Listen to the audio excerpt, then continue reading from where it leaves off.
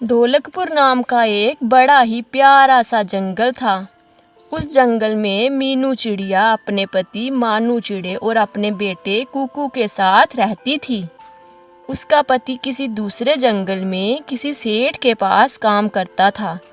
थोड़े दिनों से मीनू चिड़ा छुट्टी पर अपने घर आया था और आज उसे फिर काम पर दूसरे जंगल की ओर जाना था। मानू कोमल से कहता है, अरे कोमल, मैं आज वापस जा रहा हूँ, तुम अपना और अपने बेटे का ध्यान रखना। कोमल अपने पति से कहती है, आप तो चले जाओगे, मैं पीछे से अकेले कैसे सब कुछ संभालूंगी। आपको मैंने कितनी बार बोला है, उस सेठ के पास काम करना छोड़ दो, अपने जंगल में ही कुछ काम शुरू करो। फिर मानू कहता है, कोमल, मैं ये सब काम तो आपके लिए ही करता हूँ ताकि हम आराम से अपना जीवन गुजार सकें। इतना कहकर मानू अपने काम पर लौट जाता है। अब चिड़िया और उसका बेटा अकेले हो जाते हैं। अब चिड़िया को ही अपने घर की देखभाल करनी थी, जंगल से भोजन लाना, बेटे का ख्याल रखना। अब ये सब चिड़िया अकेले ही करती। उस जंगल में एक कालू कौवा भी रहता था। कालू बड़ा ही शातिर था।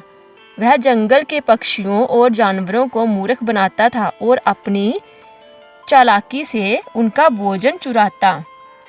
एक दिन चिड़िया भोजन की खोज में निकली। वह काफ़ी समय तक जंगल में भोजन की खोज में भटकती रही। उड़ती उड़ती वह एक गांव में पहुंची। उस गांव में एक घर के छत पर उसे रोटी दिखाई दी। चिड़िया ने उस घर के छत से रोटी का टुकड़ा उठाया और अपने घर की ओर आने लगी। रास्ते में कालू कौवे की नज़र उस चिड़िया पर पड़ी।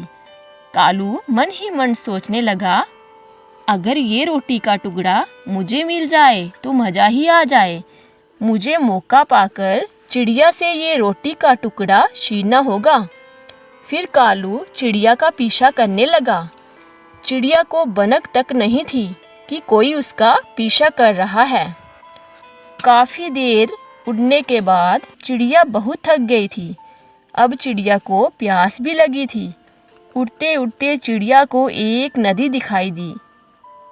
चिड़िया नदी से पानी पीने के लिए नदी के पास आई और उसने रोटी का टुकड़ा नीचे रख दिया।